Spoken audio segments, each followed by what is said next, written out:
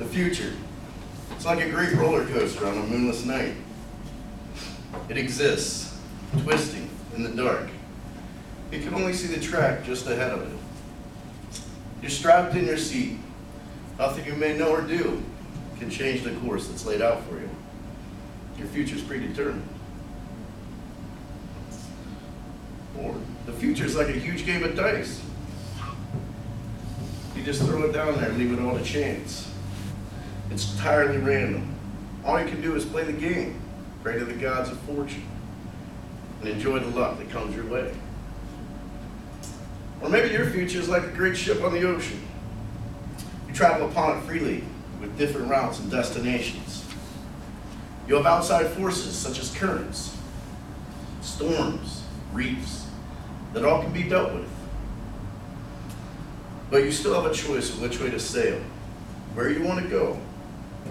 If you're willing to put in the work with a purpose and with the knowledge and constraints of the outside forces, you can get to where you want to go. On the other hand, maybe your future is like a blank sheet of paper, where you fill it up with the actions and decisions that are in the present tense. You choose where you want, what you want, and where to spend your daily activities in life trying to accomplish those things. These are four very distinct ways of looking at the future. This is a new year, and I wanted to build on last week's topics of New Year's resolutions. And there are a few changes that I wanted to make in this year. I recently received an email from this Toastmaster group, and in it, Tracy spoke to us about goals, how to set them, how to execute those goals, and who you can contact in order to hold yourself accountable for making those goals a reality. So as I researched this speech, I look back at my own life, and I can almost relate to every single vision that I just spoke about when it comes to my past life and my future. So for my example of a roller coaster life, I've had that. I've lived the roller coaster where there are no other options, where you're strapped in and you don't have any other choice. 3 years ago, my grandfather laid on his deathbed.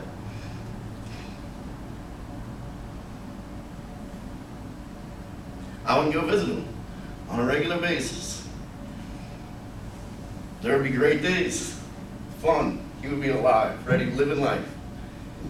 There would be other days where he would just lay there, tubes up his nose, down his throat. The only thing you could hear was the respirator pumping. There's nothing you could do. You couldn't control anything. The only thing you could do, talk to the doctor, pray for him. But there have been many times when I rolled the dice. And I left it all to chance. I can remember being in school and I was taking this chemistry test. I get real frustrated because I couldn't learn the materials. Just couldn't figure it out. No matter how much I tried, I could not retain anything. I had a roommate at the time, he'd always tell me, so leave it in God's hands, see what happens. It's not always the best approach.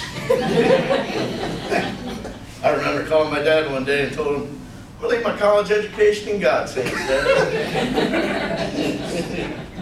Called me back about 3 hours later, reminding me God never made any deposits into the account that pays my tuition.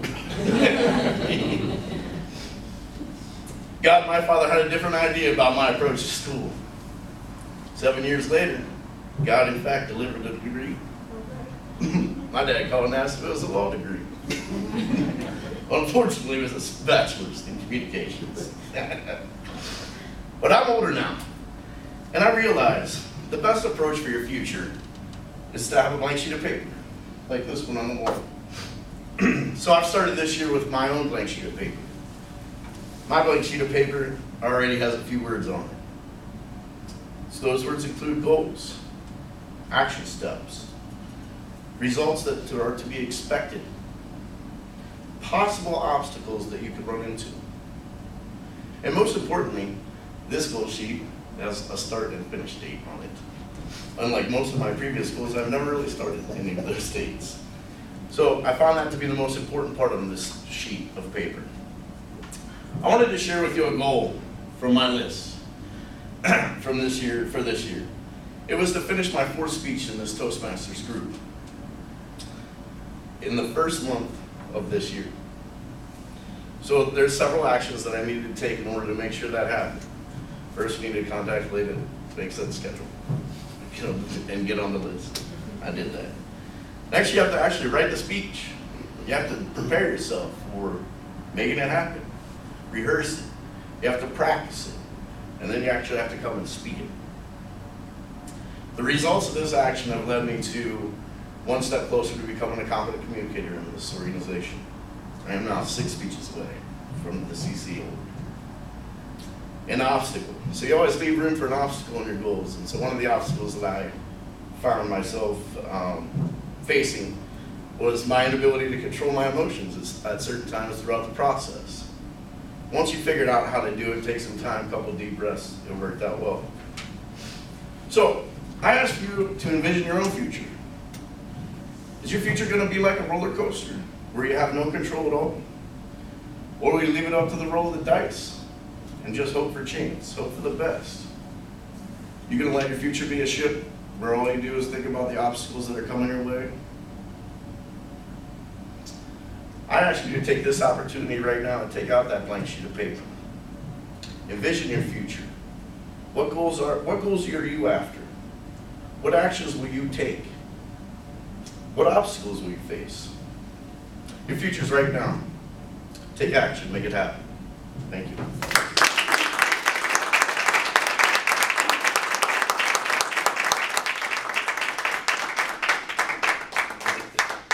Brian, kind of a theme.